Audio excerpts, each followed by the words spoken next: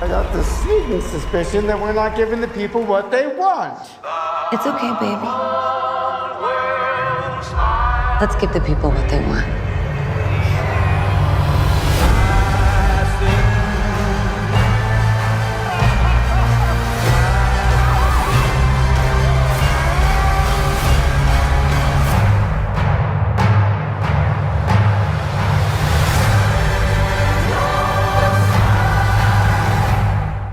This movie got one of the most mixed reactions I've ever seen, and so far it seems like most people lean to hate it.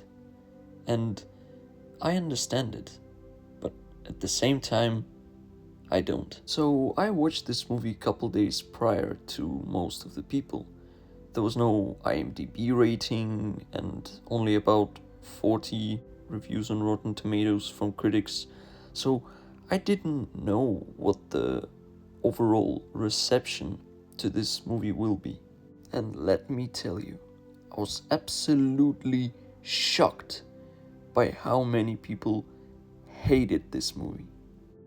This movie, it makes bold swings which made it so divisive. Some people just hate movies being original. They like the comic books to be accurate to comics and just be absolutely the same, no matter what the title of it is. Is it Spider-Man 5 or is it Joker 2? They just want it to be all the same. And let me tell you, this movie is not the same as the first one. Some people also say that it feels like an epilogue to the first one. But isn't this what the good sequel should be? It concludes the story of Arthur Fleck, but not the Joker. And this is also the part that I don't understand why people hate on the movie. The finale is perfect for this story. So yeah, obviously huge spoilers to the movie ahead. So if you haven't watched the movie yet, go and watch it. It's absolutely worth it. Even if you will hate it, it will provoke an emotion from you, which I think it should. And this is what I think the movie was aiming for.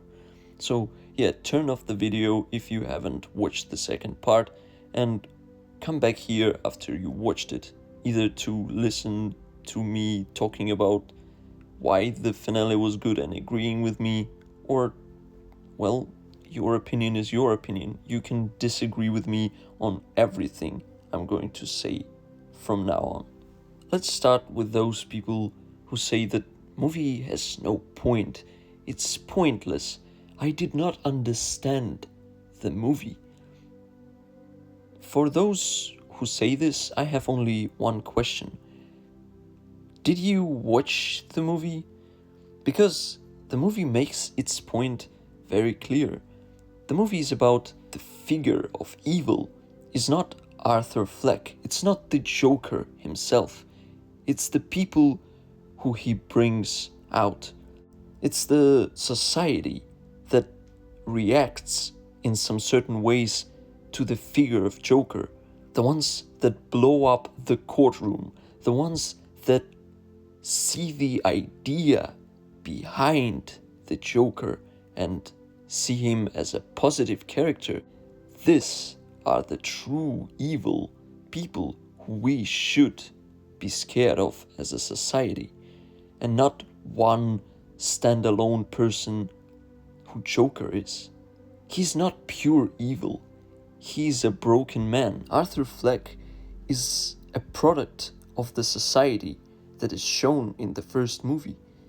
But some people who are hating on this movie for being pointless have found the figure of Joker, the Arthur Fleck, the person who killed 5 people, who killed a TV host on the national television, as a Vogue hero, as this hero of our times, the one who stood against the system that breaks the people down. You are insane. people who thought this is the message of the movie, you should be studied. People, you need a real mental institution, because this is crazy. And the second movie makes it clear that this is not what it was saying. And some people just hated this. It hated it because it was making its point clear, that it was making things easier to understand. But if people take that first movie and see it as this extreme piece of art, they probably must see the second movie to understand that it's not about that. And it's just so scary how people hate on the second movie for it not being an extreme and wild propaganda of violence. And yeah, I know that it's not majority of people who didn't like Joker 2 who are saying this stuff, but it's a pretty significant amount of people who say that this is why they hated this movie. And I just thought I must talk about this, because it's making me so angry and so disturbed. So let's talk about the final itself. The last couple minutes of this movie is what made me an absolute fan of this product. I will be defending this movie no matter what, but the final of this movie is something that I will never ever understand, no matter how do you spin it, why people hate it, because it concludes the story of Arthur Fleck in the most perfect and the only right way possible, of making him an absolute weak loser who dies alone in prison after being stabbed by his previous fan, who was disappointed by the figure, the real Arthur Fleck. He was a hero in the end of the first movie. The society loved him. The city treated him as this hero, as someone who stood against the highest society of Gotham, the ones that made the lives of normal civilians miserable. He was the hero. He was the Joker everyone wanted to see. But then, at this very moment, in the courtroom, after being raped by prison guards, after prison guards killing one of the only bright people Arthur saw in this prison, after this horrible violence displayed by those who must stop the violence in prison and in the city, after he sees this, he breaks. He finally unleashes the true Arthur Fleck and not the Joker. He says there was never a Joker, there was only a broken man, an Arthur Fleck who killed 5 people and who regrets it. After this, his only love turns against him, and no one cares about him at all. There's no more fans, there's no more love, just a broken man who killed 5 people and paid for it. And let's talk about the one who killed the Arthur Fleck, the person who told him his final joke. This person is what everyone, including me, always saw as the Joker before the 2019 movie. This is what we saw by Jack Nicholson. This is what we saw by Heath Ledger in The Dark Knight. The real Joker, the pure evil, and not the broken man we saw displayed by brilliant Joaquin Phoenix, we saw the real Joker being born at the end of this movie. And yes, it was quite cheap, the way they showed the Joker being born by him cutting his face in the shape of the smile, but it's effective. I feel like I must spring some criticism in here, because it might almost seem like I am just fanboying this movie. But in reality, of course, I understand the problems of this movie. There's a lot of them. It's quite disjointed at some parts, especially the musical elements. They are almost like standing alone. They're not very much connected with the rest of the movie. I must say I did really like some of the musical elements in this movie. I really liked the one where Joker just starts going ballistic and shooting everyone in the courtroom and killing the judge with the hammer. It was wild. It was what the Joker is about. It's this part of Arthur Fleck which really is creepy.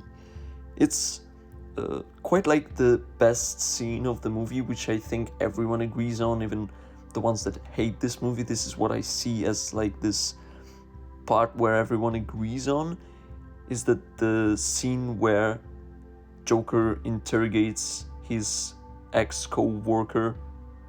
It's amazing, it's creepy, it's funny, and the Joaquin Phoenix gives an absolutely Oscar-worthy performance in this scene. And if he gets nominated, which I don't think he is because of the reception, this is because of this scene. It's amazing. But yeah, let's get back to the things that I didn't really like about this movie, and it's the build-up to this final scene. As I said, I really loved the way they ended the movie, and the who did it is the good part, but how they build it up to him doing it is what I didn't really like, because we don't really see this guy, and it's not that big of a deal. He could have had just a bit more time on the screen and a bit more motivation behind him. Like, with his facial expressions, we can see throughout the movie his arc, but it's so minimalistic, it doesn't really do its job very well. But it's not that bad. It's just, it could have been much, much better. The other thing that I think everyone who watched the movie agrees with, it's that the movie is, technically speaking, an absolute visual masterpiece. You cannot take your eyes off of this huge screen with all those wide shots of the city, with all those courtroom scenes, with the musical elements. You either love it or you hate it, but you cannot argue that it's shot bad. It's beautiful. Also, I cannot give enough credits to Joaquin Phoenix. He is genius. He is one of the best actors of our generation, and in this movie he gives the 11. He gives all he can to make his character absolutely terrifying and absolutely hilarious and absolutely sad. Everything you can take out of this version of Joker, of this Arthur Fleck, he takes it out and spins it on 110%. He is genius in every aspect of this movie. Lady Gaga, she's good. She's good when it comes to her singing. She's good when it comes to her character. She doesn't give this wow as the Joaquin Phoenix does with his character, but she doesn't get out of the picture in the bad way. She's good. Also, Brendan Gleeson, he's so hateable, but it's so in the line with his character that he is really good. He's good in this movie. We all know that the music in the first movie was one of the main things that everyone loved and prized the movie for. In this movie, well, most of the time they use the same soundtrack, the main title of the first movie, but they give some new music by the same musician. She does the second part as well, and it's really good. It's not something that blows your mind as in the first movie. The main soundtrack, when it goes on with those IMAX speakers, you still feel the chills, you feel all the spectrum of emotions that this soundtrack gives you.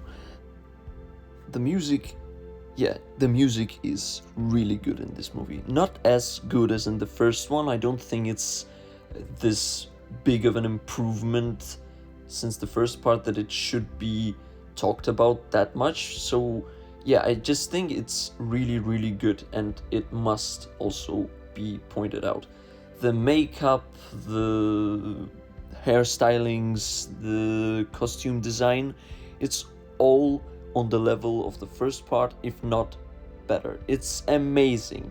The visuals in this movie, everything that comes to the technical aspect, including the music, is absolutely on the top level. It's S+ tier of filmmaking. This is mind-blowingly good.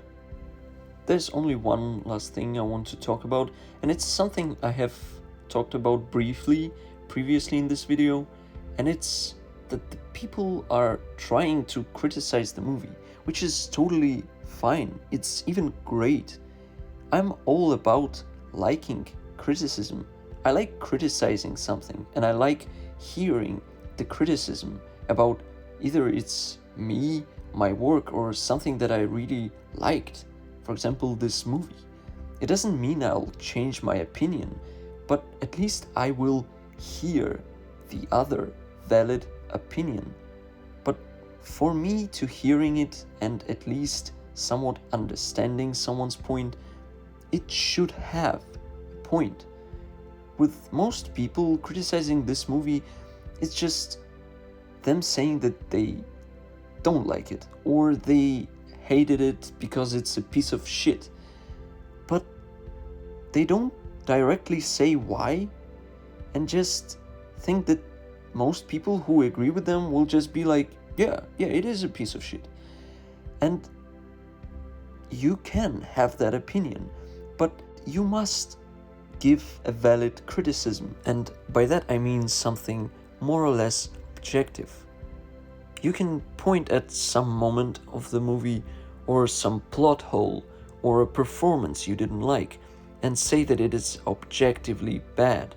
It can be bad directing, bad screenwriting, some bad line of dialogue, something that can be looked at and objectively considered bad, and not just something that you, as a viewer, subjectively didn't like because you either had your expectations set way too high, or you simply want to be against something that everyone is against. But that is not movie criticism. This is not what it is about. As an example, let's take the Deadpool and Wolverine. I really liked this movie. I had a lot of fun watching it. But objectively, it's a bad movie. It's a bad superhero movie. It is a mess from the script perspective. Come again. It has a story that could have been written by a toddler, but at the same time it's R-rated because there's many violence and fuck words. Let's fucking go! Let's fucking go.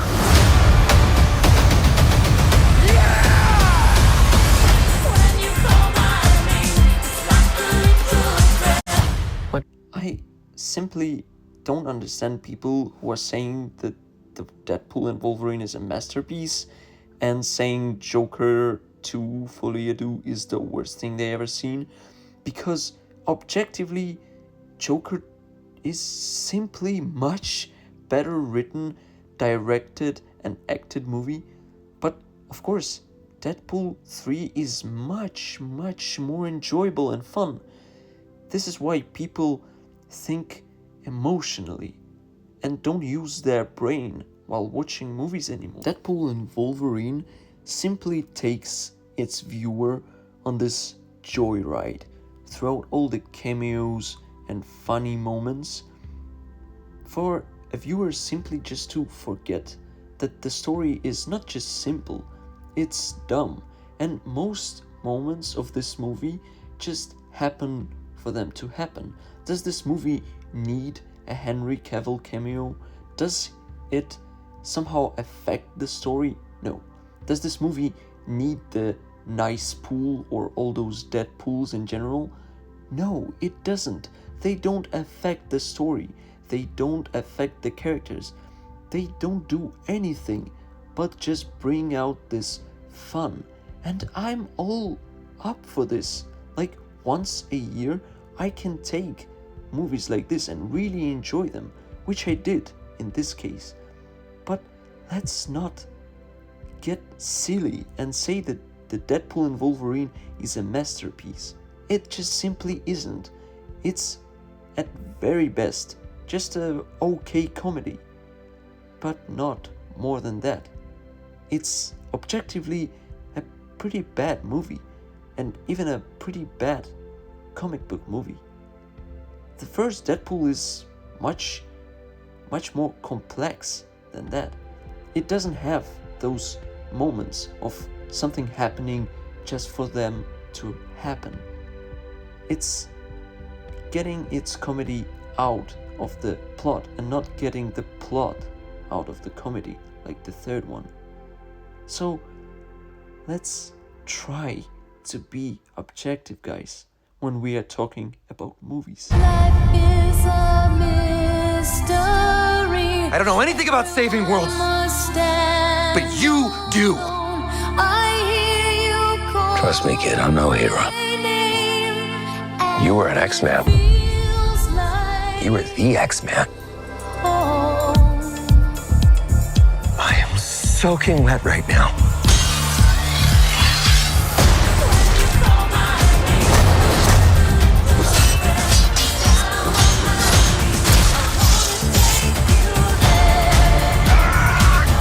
Boys are so silly.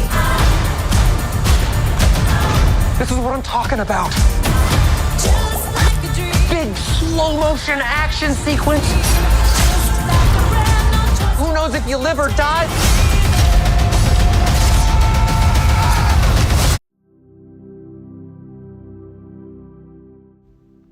So, after everything said today, you might still have a question. Do I think that the second movie is better than the first? And the answer is pretty simple. And the answer to this partially explains why so many people hated this movie. No, the first movie is like 10 steps ahead. It was a big surprise at its time. There was no movies like this in superhero genre ever before. It was inspired by young Scorsese, and it had a lot of genre redefining elements to it. It was a real masterpiece that was nominated for multiple Oscars, and Joaquin Phoenix won one of them, which was absolutely amazing, and everyone was really happy. Everyone loved the first movie, and I do too.